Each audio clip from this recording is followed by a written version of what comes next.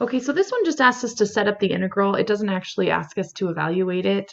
So we're just going to set up the integral, and we're going to use our calculator for this.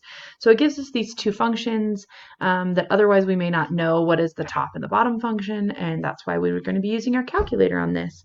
So when you put it in your calculator, you see what you see on the right-hand side there, and you notice that for this part of the integral, right, we're looking for this area and this area.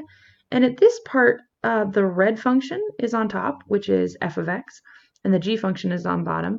So for this part of the integral, f of x is the top curve and g of x is the bottom curve. And then over here, g of x is the top curve and f of x is the bottom curve, which kind of gives us a little bit of a problem, because which one do we put as our top and which do we put as our bottom? Well, you might guess that we just actually have to do two different integrals. So we have to do one integral that does this one and one integral that finds this one. So let's first, we're going to do in red, we're going to write the first integral.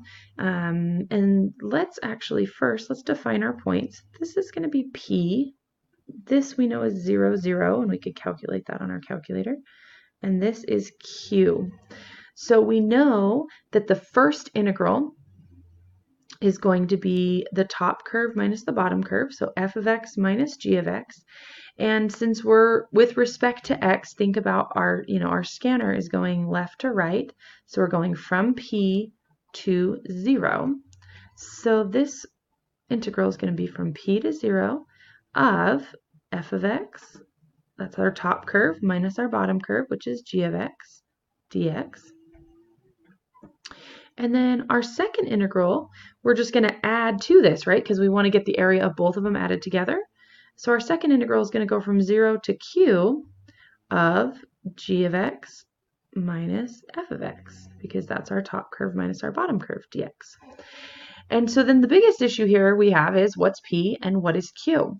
And so we're going to calculate those on our calculator. And then what I want you to remember for the AP test is that you could write it just like this, and then you could just write P equals and Q equals one time on your paper somewhere.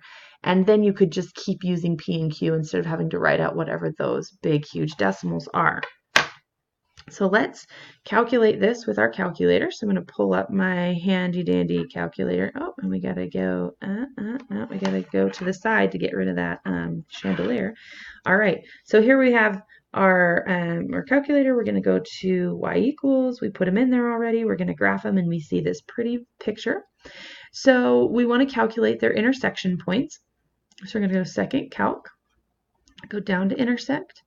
Asks which curves are we looking to intersect? First curve, enter. Second curve, yep, that's the second curve. Because remember, in calculus, sometimes you might have like, I don't know, 10 different curves in your calculator. So it's asking you, which curves am I talking about intersecting? And so you always just have to push enter on those. So then it asks me for a guess. And let's see if I can get this to focus. There you go. And I'm going to go arrow down all the way to the left. So I'm really close. Because if I don't give it a good guess, it might find this intersection or this one. So I want to find this one down here. So I arrowed down there and I push enter. And it tells me the intersection point is negative 2.248.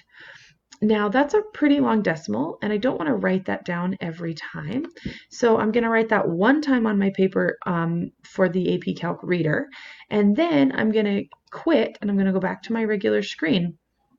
And I'm going to go second answer, enter, and I see that it's there, right? Okay, so it's right there. So then I'm going to store that so that I can use it later. So I'm going to go alpha A, and I'm going to store that as A.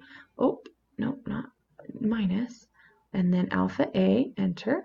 And so now anytime I push A, it just brings that number back up. So we're going to do this for the second one. I've only got 30 seconds left on my mirroring. So we're going to go calculate the second one. We're going to guess. And that's our other guess. So we're going to use that one, and we're going to store that as Q, and then we can just go ahead and set up our function. So again, second quit, second answer, enter, and then we're going to store that, and let's store that one as B.